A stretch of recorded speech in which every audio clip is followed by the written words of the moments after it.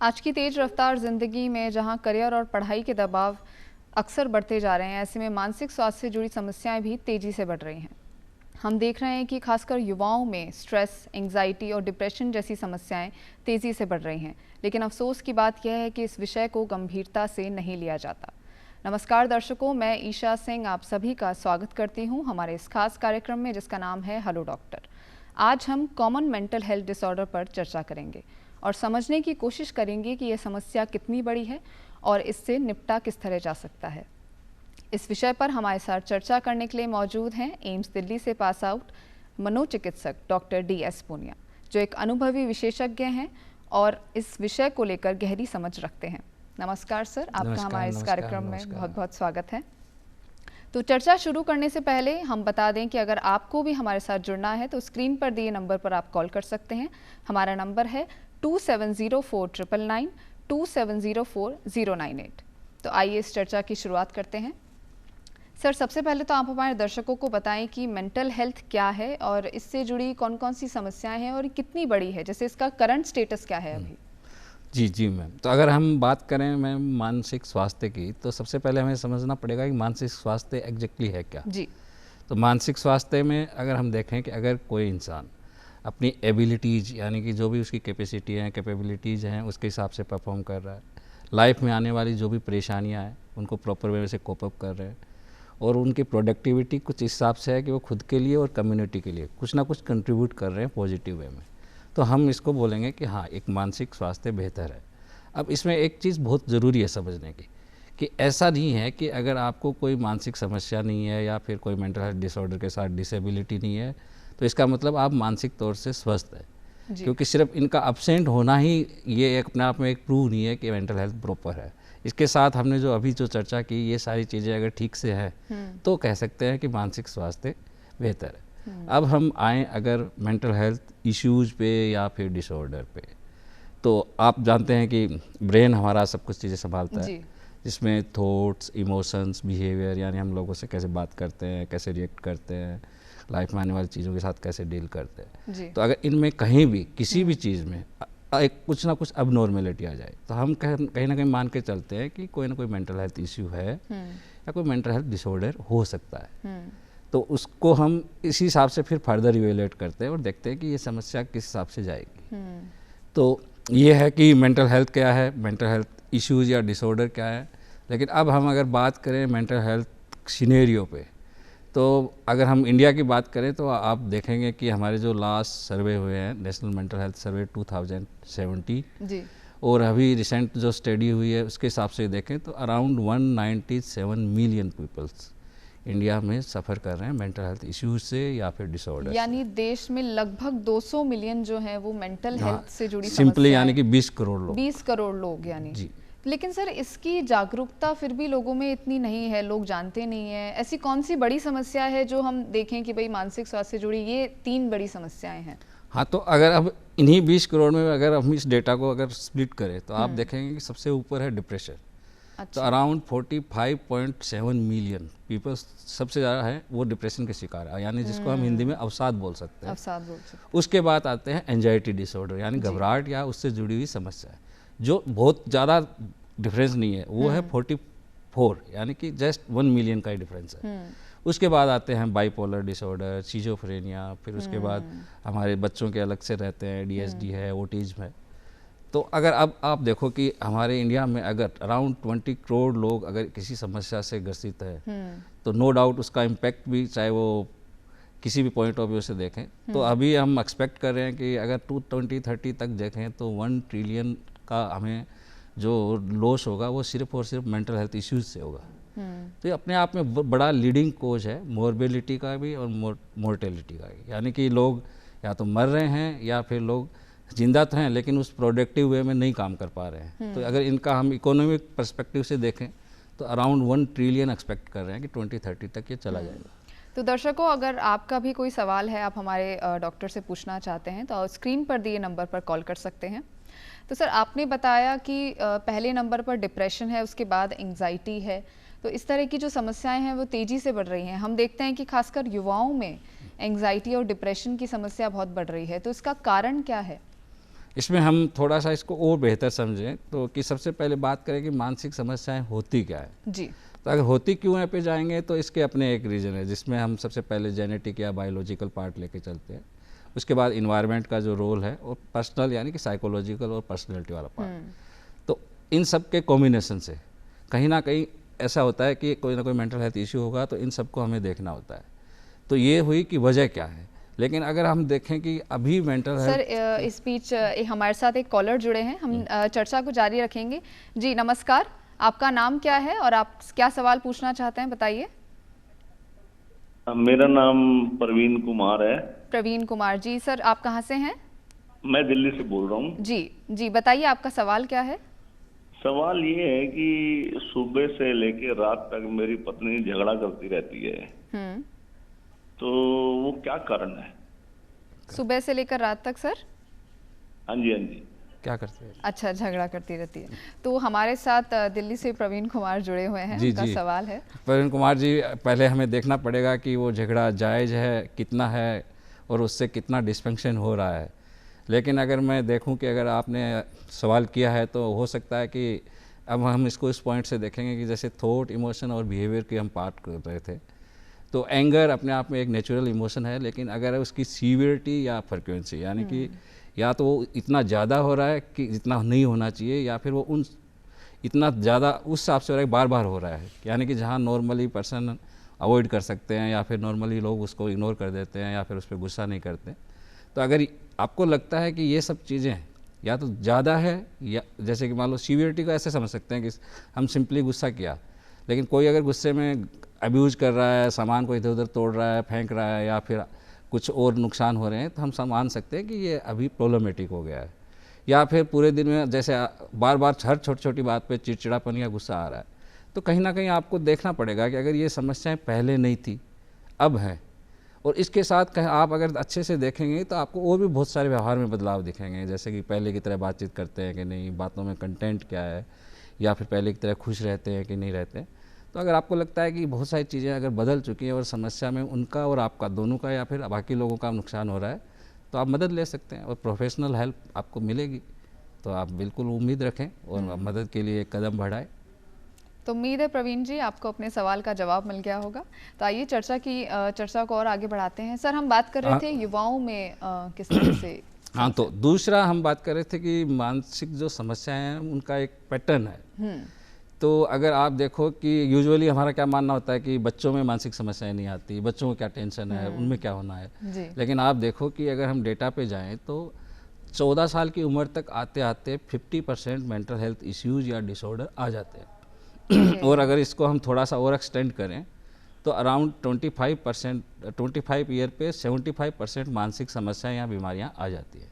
इसीलिए आप देखो ना, इसको रिलेट करते हैं, अगर हम सुसाइड के डेटा अगर निकालें तो 15 टू 29 या फिर 39 या फिर 34 का जो भी डेटा होगा, तो सुसाइड एक लीडिंग कोज है जो डेथ का इस उम्र के बच्चों में। क्योंकि इस उम्र के बच्चों को मानसिक समस्याएं भी ज़्यादा है, और कहीं ना कहीं मानसिक समस्याएं कंट्रीब्यूट करती है सुसाइड तक के उस पार्ट को। यानी स्कूल के बच्चे भी एंजाइटी और डिप्रेशन जैसी समस्याएं से जूझते हैं। और एक अगर हम लमसम एक डेटा देखें तो यूजुअली 18+-2 की एज पे सबसे ज़्यादा चांसेस होते हैं कि कोई समस्या है वो शुरू होगी।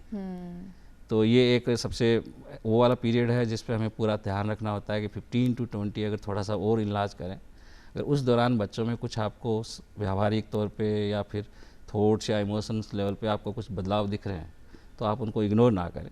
जरूरी नहीं है कि वो समस्या का हिस्सा हो, आप एक्सपर्ट से मिल सकते हैं, बात कर सकते हैं। अगर वो समस्या होगी तो आइडेंटिफाई हो जाएगी, नहीं होगी तो आप रिएसेस हो जाएंगे। सर हम अक्सर देखते हैं कि जैसे बोर्ड की परीक्षा आई या किसी भी तरह की कोई बड़ी परीक्षा होती है, तो जो स्टूडेंट्स हैं वो बहुत ज़्यादा तनाव में आ जाते हैं। तो क्या ये सामान्य तनाव होता है या इसका भी एंग्जाइटी या इससे कोई कनेक्शन है?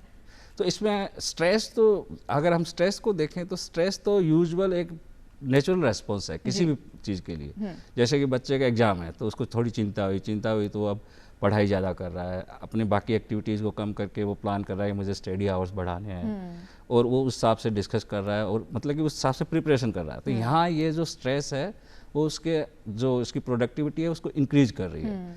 तो ये एक नेचुरल रिएक्शन है जो होना चाहिए। अगर चिंता ही नहीं होगी तो बच्चा पढ़ेगा ही नहीं। बिल्कुल बिल्कुल। लेकिन अगर वही स्ट्रेस इतना ज़्यादा हो जाए, यानी कि सीवियर हो जाए, या फिर इतने लंबे समय तक रहे कि अब वो उसके चलते पढ़ ही नहीं पा रहा है या फिर एग्जाम ही नहीं देने गया, तो यहाँ पे डिस्फंक्शन हो गया, तो उसको हम डिस्ट्रेस बोलते हैं। डिस्ट्रेस। तो स्ट्रेस एक नेचुरल रिएक्शन है जो होना चाहिए, वो रहेगा, सबको रहेगा। इवन देन हम छोटे छोटे काम करते हैं तब भी हमें रहता है बिल्कुल। कि यार ट्रेन का टाइम हो गया, जल्दी चलते हैं जल्दी चलते हैं, तो वो कहीं ना कहीं हमारे अच्छे के लिए है। यानी अगर स्ट्रेस एक लेवल के आगे बढ़ जाए तो हमें इस पर ध्यान और देना उसको चाहिए। कैसे समझेंगे, बस सिंपली कि उसकी जो प्रोडक्टिविटी है वो उसके साथ कैसी हो रही है। अगर बच्चा बहुत ज़्यादा डिस्ट्रेस में आ गया तो उसकी स्लीप डिस्टर्ब हो जाएगी, उसका खाना पीना, बातचीत करना, सब में बदलाव आएगा। और इवन देन एकेडमिक तो पूर होना ही होना है। या फिर बहुत सारे बच्चे तो इस हद तक डर जाते हैं कि वो एग्ज़ाम देने ही नहीं जा रहे हैं, या फिर इनडायरेक्टली कम्युनिकेट करते हैं कि मुझे लग रहा है मैं फेल ही हो जाऊँगा, इससे तो बेहतर है मैं देने ही ना जाऊँ। तो ये कहीं ना कहीं में एक डाउट की हाँ, भावना आ जाती है। तो ये कहीं ना कहीं हमें डिफ्रेंशिएट करने में मदद करते हैं कि हाँ ये स्ट्रेस वाला लेवल उस हद को क्रॉस कर रहा है कि नहीं कर रहा है। तो सर ऐसे में पेरेंट्स की क्या भूमिका होती है? अगर मान लीजिए कोई बच्चा है, उसे अत्यधिक स्ट्रेस हो रहा है पढ़ाई को लेकर, तो डॉक्टर की कब सलाह लेनी चाहिए? देख, मुझे लगता है कि बच्चे को पेरेंट्स से बेहतर कोई नहीं जानता, क्योंकि जब से उसकी बर्थ से लेके आज तक का सफ़र है जी। उन्होंने उसके हर एक चीज़ को बहुत अच्छे से देखा है। उठना बैठना, बात करना, रिएक्ट करना, इमोशंस पार्ट, क्या उसको पसंद है क्या उसको पसंद नहीं है। तो अगर एक इतने समय में जैसे ही आप हल्का सा भी बदलाव हो जाएगा तो आप पकड़ तुरंत लोगे कि यार 2 दिन से है ना थोड़ा चुप चुप है, या फिर रात को लेट सोता है, या फिर जल्दी उठ जाता है, या फिर आजकल भूख कम हो गई है, खाना कम खा रहा है, या फिर बातें थोड़ी रोज़ करता है, यूजुअली करता है, वैसी ना हो के कुछ अलग है। तो यानी कि पेरेंट्स से तो छुप ही नहीं सकता। यूजुअली पेरेंट्स अगर ये गलती कर दें, कोई नहीं एग्जाम टाइम है तो हो सकता है, तो माइट भी हो सकता है, लेकिन अगर वो लगातार बना हुआ है या फिर उससे उसके बच्चे के नुकसान हो रहे हैं, उस केस में आप तुरंत उस बच्चे से बात करें। जी सर, हम चर्चा जारी करेंगे। इस बीच हमारे साथ एक कॉलर जुड़े हैं। जी नमस्कार, आपका नाम क्या है और कहाँ से हैं आप? मैम मेरा नाम प्रिया है, मैं दिल्ली से बोल रही हूँ। कहाँ से? दिल्ली से बोल रही हूँ, मेरा नाम प्रिया है। दिल्ली से बोल रहे हैं जी, आपका सवाल क्या है? मेरा सवाल ये है कि मेरे हस्बैंड कुछ जैसे हम कभी घर में कोई इशू हो जाता है, कोई लड़ाई हो जाती है या कुछ भी हो जाता है, तो पहले वो बड़े शांत रहते थे, पर अब हर वक्त चिड़चिड़े रहते हैं, मतलब जैसे गुस्सा बहुत ज़्यादा है ना उनको, जिसकी वजह से मैं भी थोड़ा मेंटली डिस्टर्ब हो जाती हूँ, मुझे टैबलेट भी लेनी पड़ती है। तो इसके लिए पूछना था कि क्या करें। जी, इनका सवाल है कि इनके हस्बैंड चिड़चिड़े और गुस्सा ज़्यादा करते हैं, तो क्या आप सलाह देंगे? मैं वैसे तो ये सवाल शायद रिपीट ही हुआ है, जैसे पहला था लगभग उसी से मिलता जुलता है जी। बस पोजीशन चेंज हुई है हस्बैंड और वाइफ की। वहाँ हस्बैंड को कंप्लेन थी, इस बार वाइफ को कंप्लेन है। लेकिन उसी में हमें वही देखना पड़ेगा कि हाँ, जैसे मैडम ने, मैंने सुना शायद कि वो दवा भी लेते हैं, यानी कहीं ना कहीं उनको अपने को कूल डाउन, काम डाउन करने के लिए या फिर अपने बिहेवियर को कंट्रोल करने के लिए एक्सटर्नल हेल्प तो चाहिए। तो ऐसे में फिर आप प्रॉपर एक प्रोफेशनल हेल्प लें, आप साइकाट्रिस्ट के पास विजिट करें और इवेल्युएशन के बाद जो भी चीज़ें, जैसे भी डायग्नोसिस बनेगा, क्योंकि गुस्सा बहुत सारी चीज़ों में हो सकता है जी। मेंटल हेल्थ में, जैसे हमारे बाकी चीज़ों में समझेंगे, जैसे फीवर बहुत कॉमन एक लक्षण है जो बहुत सारी बीमारियों में आता है, तो हम उससे आइडेंटिफाई नहीं करेंगे कि ये बीमारी हो सकती है। उसका फिर प्रॉपर इवेल्युएशन होगा, तभी पता चलेगा कि ये डेंगू वाला फीवर है या फिर ये कोई मलेरिया वाला है। उसी हिसाब से गुस्सा किस पार्ट में जाएगा वो आपको प्रोफेशनल हेल्प में मिल जाएगा। लेकिन मदद है, आप एक बार स्टेप ले और जाके मिलें, आपको मदद मिलेगी। तो उम्मीद है मैम आपको अपने सवाल का जवाब मिल गया होगा। तो चर्चा को और आगे बढ़ाते हैं। सर, हम अक्सर देखते हैं कि लोग बात करते हैं एंग्जाइटी और डिप्रेशन की, तो इन दोनों में कौन सा ऐसा अंतर है जिससे हम पता लगा सकें कि ये एंग्जाइटी के लक्षण है या ये डिप्रेशन के लक्षण हैं? यहाँ पे थोड़ा सा, जैसे लोग यूजुअली जो हम आम आदमी की बात करें वो बात करते हैं, तो वो जो बात करते हैं कि यार आजकल थोड़ा डिप्रेशन में आ गए हैं या फिर आजकल थोड़ा घबराहट का दौर चल रहा है जी, वो वाला पार्ट अलग है। और हमारा जो क्लिनिकल एक डायग्नोसिस है जिसमें हम डिसऑर्डर को जैसे कि डिप्रेशन बोलते हैं, उसका एक अवसाद का एक अलग है, और घबराहट या घबराहट से जुड़ी हुई समस्याएं एक अलग है। तो अब इसमें बहुत सारे सिम्टम्स ओवरलैप करते हैं, जैसे कि हमारी बाकी बीमारियों में करते हैं। डिप्रेशन में भी आपको एंजाइटी मिलेगी और एंजाइटी डिसऑर्डर में भी आपको एंजाइटी मिलेगी। डिप्रेशन में भी मूड लो हो जाएगा, लेकिन आपको घबराहट होगी किसी चीज़ से तो एंड में जाके मूड लो या फिर इरिटेबल हो ही सकता है। तो हमें उस हिसाब से फिर उसको है ना क्रोनोलॉजिकली लेना होता है कि शुरुआत कैसे हुई, सबसे पहले क्या क्या लक्षण आए, फिर उसके बाद क्या आया, फिर उसके बाद क्या आया और उसके बाद तो उस हिसाब से हमारा डायग्नोसिस बनता है। तो हम अगर डिप्रेशन जो सबसे कॉमन मेंटल हेल्थ इश्यू है जी, तो उसमें जो प्रीडोमिनेंटली जो दो लक्षण हैं वो हैं कि एक तो किसी मन बिल्कुल उदास रहता है, यानी कुछ भी अच्छा नहीं लगता है। दूसरा उसमें ये है कि जो एनर्जी लेवल है, यानी कि इंसान को बहुत ही यूँ कमज़ोरी जैसा लगता है कि यार कुछ नहीं बचा है। फिर उसके बाद हम बाकी चीज़ें देखते हैं कि आजकल उदासी के साथ साथ बिना वजह रोना ही आने लग जाता है, या फिर विचार भी उस हिसाब से बन गए हैं कि हर जगह चिंता दिखने लग गई है कि मेरा क्या होगा, बच्चों का क्या होगा, मतलब जो जिससे जुड़ा हुआ है। अगर स्टूडेंट है तो उसे लगेगा कि फ्यूचर सब बेकार हो गया, घर वालों में बहुत पैसे लग गए, मैं कुछ नहीं कर सकता।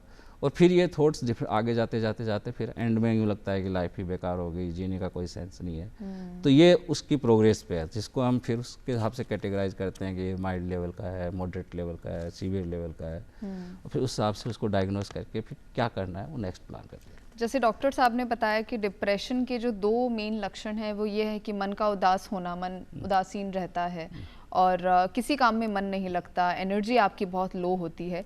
तो अगर आप में इस तरह के कोई लक्षण हैं तो आप डॉक्टर की सलाह ले सकते हैं। सर, ऐसा कोई है टाइम पीरियड होता है कि मान लीजिए 1-2 महीने तक लगातार ये लक्षण दिख रहे हैं? हाँ, तो इसमें हम जब प्रॉपर डायग्नोसिस करते हैं तो उसमें हम देखते हैं कि वो जो है, जैसे कि मान लो कि किसी को कुछ इशू हुआ तो कुछ समय के लिए उदासी रह सकती है और वो जेन्युइन है जी, लेकिन उसमें हम देखते हैं कि या तो वो वजह इतनी बड़ी नहीं है कि जितने लक्षण हमें दिख रहे हैं, या फिर कोई वजह नहीं है फिर भी हैं। और दूसरा ड्यूरेशन कि कितने समय से लगातार, और वो भी ऐसे नहीं कि दिन में 1 घंटे या आप उदास हो रहे हो तो हम उसको डायग्नोस कर लेंगे, नहीं, predominantly through out the day कि ज़्यादातर मूड ऐसा ही रहता है और बिना किसी वजह के। तो जो सैडनेस वो मूड वाला जो पार्ट है, और दूसरा जो अनहिडोनिया यानी कि किसी भी चीज़ में कुछ भी अच्छा नहीं लगता, जैसे कि पहले हर एक छोटी छोटी चीज़ें लगती है, अब आजकल कहीं मन नहीं लगता।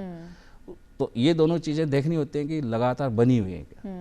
तो उस हिसाब से एक आप बिल्कुल ठीक कह रही हैं कि एक टाइम ड्यूरेशन होता है मिनिमम डायग्नोसिस से पहले कि हाँ इतना रहा है तो ही हम डायग्नोस करेंगे। तो ऐसा 1-2 महीने होता है या फिर डिप्रेशन के केस में हम 2 वीक लेके चलते हैं। 2 वीक लेकर चलते हैं, तो यानी 2 वीक तक आपको इस तरह के लक्षण हैं तो आपको डॉक्टर 2 वीक या इससे ज़्यादा का समय हो गया है, हाँ, तो आप उसको इग्नोर ना करें। इग्नोर ना करें। जी सर, हम अक्सर देखते हैं कि सोशल मीडिया पर इसकी चर्चा बहुत होती है, तो सोशल मीडिया और लाइफस्टाइल का कोई कनेक्शन है इसमें? सोशल मीडिया मतलब कि सर, अगर इस बीच हम चर्चा जारी रखेंगे। हमारे साथ एक कॉलर जुड़े हैं। जी, आपका नाम क्या है और आप कहाँ से हैं? राजेंद्र नाम है मैडम, बारा राजस्थान। राजेंद्र हैं, बारा राजस्थान से। जी, आपका सवाल क्या है डॉक्टर के लिए? हेलो हेलो, राजेंद्र जी, आप सुन पा रहे हैं? हाँ मैडम। जी, आपका सवाल क्या है डॉक्टर साहब के लिए? सवाल ये था मैडम, मैं ये मानसिक बीमारी के बारे में सर जो बता रहे हैं, मेरे डिप्रेशन की प्रॉब्लम है जी। सवाल ये था मैडम कि मैंने प्राइवेट डॉक्टर को दिखाया था अपने मानसिक प्रॉब्लम में, डिप्रेशन के बारे में, तो उन्होंने मेरे लिए एक गोली दे रखी, रोजाना गोली खानी पड़ती है मुझे। जी,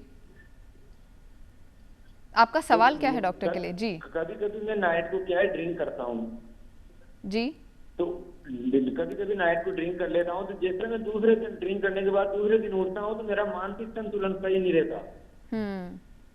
जी, इस बारे में मुझे डॉक्टर साहब से जानकारी लेनी है। तो सर राजेंद्र जी का सवाल है कि मैं समझ पा रहा हूँ कि बंद कर देनी चाहिए या फिर किसी और दूसरे डॉक्टर को दिखाना चाहिए। जी जी सर। जी, मैं समझ पा रहा हूँ राजेंद्र जी के 2 सवाल है कि एक तो ये कि वो एक गोली काफ़ी समय से खा रहे हैं और उन्हें अब क्या करना चाहिए, वो दवा लगातार लेनी है या नहीं लेनी है। इस केस में मैं तो इनको यही राय दूंगा कि आपको जिसने भी दवा लिखी आप अपने उस डॉक्टर से जाके मिलें और वो आपको बताएंगे कि आपको कब कैसे समय के साथ इसको बंद करनी है, कम करनी है या फिर जो भी है। रही बात जो हम आज डिस्कस कर रहे थे कि नशा, तो हमें तो सिंपल से एक समझ है कि हमारा नशा ब्रेन पे काम करता है और मानसिक समस्या भी ब्रेन से जुड़ी हुई है। दोनों का इंटरलिंक भी है कि अगर आप नशा लेते हैं, स्पेसिफिकली कोई भी नशा लेते हैं, इवन देन अल्कोहल तो बाद की बात है। तो वो कहीं ना कहीं उसका अगर इफेक्ट अगर किसी को आएगा, चाहे वो, तो वो वाया ब्रेन ही आएगा। और आपका ब्रेन ऑलरेडी एक कॉम्प्रोमाइज स्टेट में है। इवन देन हमने देखा है कि अगर जिन लोगों को मानसिक समस्या नहीं है, वो लोग भी एक समय तक नशा लेते हैं, तो उनको नशे की समस्या तो अपने आप में है ही, लेकिन समय के साथ एक मानसिक बीमारी, ये देखा गया है कि अराउंड 50 to 70% लोगों को दोनों बीमारियां रहती हैं एक साथ में। तो यानी कि नशा मानसिक समस्या को भी बढ़ाता है और नशा अपने आप में भी एक समस्या है। तो आप, और कभी भी आप देखेंगे कि जब भी आप नशा करेंगे तो आपका नेक्स्ट डे सबसे बेकार होगा, चाहे आप कितना ही अच्छा इलाज ले रहे हैं। तो नशा तो बिल्कुल ही नहीं करना, और अगर आप नशा करेंगे तो आपके पास जो ऑलरेडी समस्या है वो तो बढ़नी ही बढ़नी है। नशे की समस्या अपने आप में एक और बीमारी बन जाएगी और फिर आपको उसका भी इलाज लेना पड़ेगा। तो इसमें आप ये बिल्कुल गलती ना करें, नशा बिल्कुल ना लें, और ना लेंगे तो ही कुछ जाके चीज़ें बेहतर होने की उम्मीद है। दर्शकों, आपका और कोई सवाल है तो आप हमारे साथ जुड़ सकते हैं स्क्रीन पर दिए नंबर पर कॉल करके। तो आइए चर्चा को और आगे बढ़ाते हैं। तो सर, आपने नशे की लत के बारे में भी बात की। हम देखते हैं कि अक्सर लोग घबराते हैं प्रोफेशनल हेल्प लेने के लिए जब बात आती है एंजाइटी या डिप्रेशन या मेंटल हेल्थ की कोई भी समस्या को लेकर। तो इससे किस तरह निपटा जा सकता है, या लोग जागरूक नहीं हैं? बिल्कुल, आप देखें कि अराउंड 70 to 90% लोग जी, जिनको मानसिक समस्या है वो लोग मदद लेने के लिए नहीं निकलते, यानी कि हेल्प सीकिंग बिहेवियर नहीं है। और उसके पीछे अगर हम बात करें तो उसकी दो सबसे बड़ी वजह हैं। एक है अवेयरनेस, कि पहली बात तो कि लोगों को पता ही नहीं है कि समस्या ये जो है ये कोई बीमारी या फिर कोई ऐसी समस्या है जिसका इलाज है जी। तो यानी कि अवेयरनेस वाला पार्ट बहुत कम है। फिर उसके साथ हम दूसरा देखते हैं कि जिनको पता चल भी गया कि हाँ यार मुझे ये समस्या है, लेकिन इसके साथ जो जुड़ा हुआ स्टिग्मा है कि अगर मैं मदद लेने निकला तो जैसे कि अगर मेंटल हॉस्पिटल आ गया तो बोलेंगे यार उसको मेंटल हॉस्पिटल में देखा था, साइकाट्रिस्ट को देखा तो हमें भी बोलते हैं कि मेंटल वाले डॉक्टर हैं जी। मतलब कि साइकाट्री में, मेंटल हेल्थ सर्विसेज में हर जगह स्टिग्मा है। डॉक्टर को लेकर स्टिग्मा है, मेंटलों का डॉक्टर है, पेशेंट के साथ स्टिग्मा है। फिर उसके साथ दवाइयों में, ये दवाइयाँ नशे की दवाइयाँ हैं, एक बार शुरू हो जाएंगी बंद नहीं होंगी, इनके बहुत लंबे साइड इफेक्ट हैं। क्या ये सर वाकई ऐसा होता है क्या? लोग ऐसा बात करते हैं कि अगर मान लीजिए हमने कोई दवाई ली तो फिर वो, हाँ, हमने देखा है हमारे क्लिनिकल लाइफ में कि पेशेंट बहुत अच्छे से परफॉर्म कर रहा है, उसका सब ठीक चल रहा है। हाँ। फिर उसके किसी अपने ने उसको राय दी कि ये दवाइयाँ इतने लंबे समय पे खानी नहीं होती है, और वो बेचारा छोड़ देता है। अच्छा। और उसके महीने 2 महीने बाद जैसे ही वो समस्या वापस निकल के आती है तो फिर हमारे पास आते हैं, तो हम जानते हैं कि हाँ ये वजह थी। अब उस एक छोटी सी समस्या से अब उसकी बीमारी में एक ट्रीटमेंट बहुत अच्छे से चल रहा था, गैप आ गया, अब वो बीमारी दोबारा से आएगी तो उससे भी ज़्यादा तेज आएगी। तो अब और दवाइयाँ भी बढ़ेंगी, समस्याएं भी बढ़ गई, परेशानी भी बढ़ गई। लेकिन ये है एक स्टिग्मा का पार्ट। और इवन देन हमारे ट्रीटमेंट में हर जगह से, नर्सिंग स्टाफ में, इवन देन हम ECT देते हैं तो उसको गाँव में एक प्रॉपर माहौल रखी, इलेक्ट्रिक शॉक देते हैं।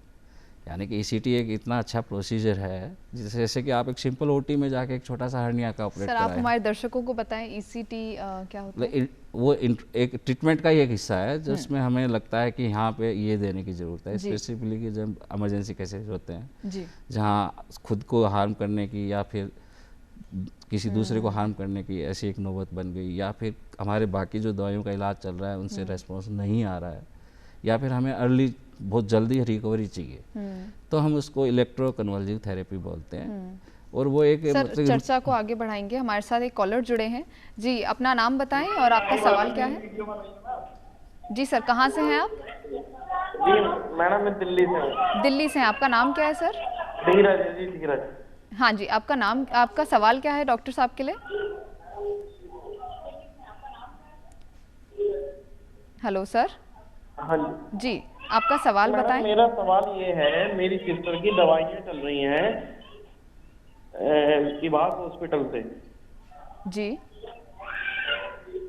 इवास हॉस्पिटल से दवाई चल रही है, तो सर मैडम वो दवाइयाँ काफी टाइम से ले रही है, कम से कम 5-6 साल से ले रही हैं, लेकिन दवाइयाँ बीच बीच में बंद हो गई थी, कभी ले लेती थी कभी नहीं लेती थी। तो उससे अब क्या है, वो जब कभी दवाई लेती थी, जैसे रेगुलर हम दवाई लेते थे ना जी, तो वो वॉमिटिंग करके आ जाती है बाथरूम में जाके, और घर में सब लोगों को परेशान कर रखा है, इतना परेशान कर रखा है, इतना परेशान कर रखा है कि कभी कपड़े फाड़ के डस्टबिन में डाल देना, बच्चों के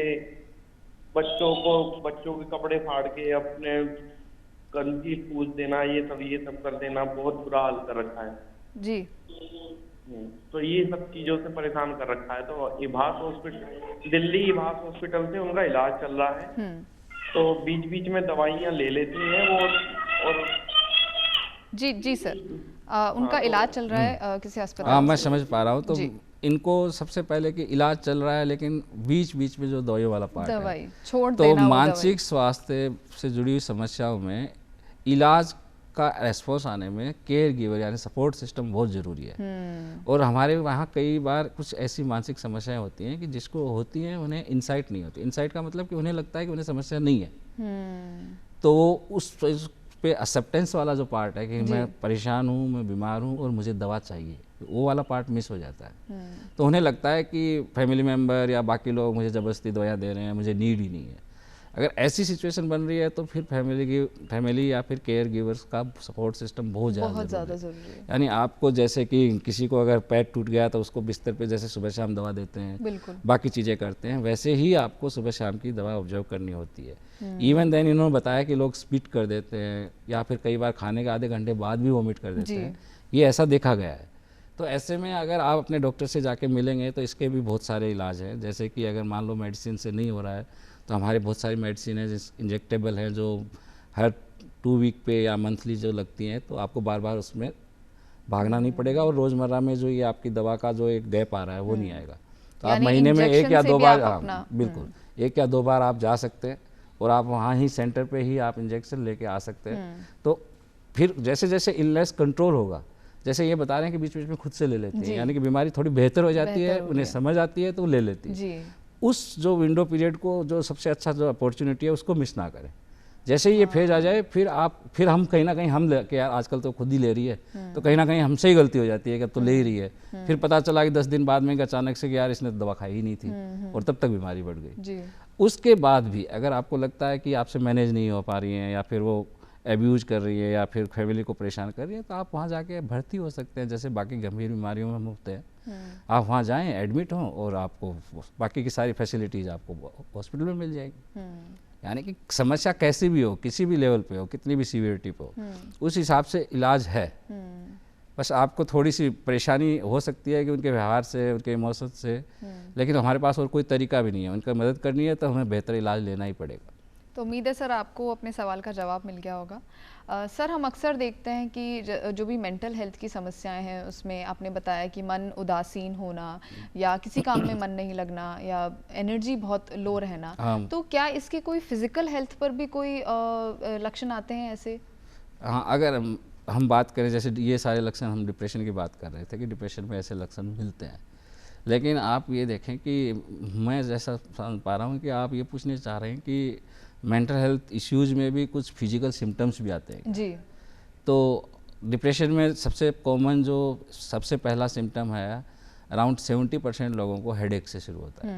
यानी लोगों को लगता है कि सर भारी हो गया है या फिर सर दर्द हो रहा है, ये बहुत कॉमन है। और बहुत सारे में जैसे कि बॉडी में डिफरेंट जगह पे, जैसे कि आपके गर्दन में पेन, जिसको हम सर्वाइकल वाला, यानी डिप्रेशन में हेडेक की समस्या बहुत ज़्यादा होने लगती है। हेडेक भी है, बाकी और बहुत सारे सोमेटिक सिम्टम है कि आपके यहाँ दर्द हो रहा है, फिर पीछे चला गया, फिर पीछे चला गया, कभी कहीं हो रहा है बॉडी के डिफरेंट पार्ट पे, तो हम इनको सोमेटिक सिम्टम्स बोलते हैं जी। तो साइकियाट्री में जरूरी नहीं है कि थॉट, इमोशन या बिहेवियर या इससे जुड़े हुए ही सिम्टम्स मिले जी सर, आपको सोमेटिक यानी फिजिकल सिम्टम्स भी मिल सकते हैं जी सर। बहुत बहुत धन्यवाद सर।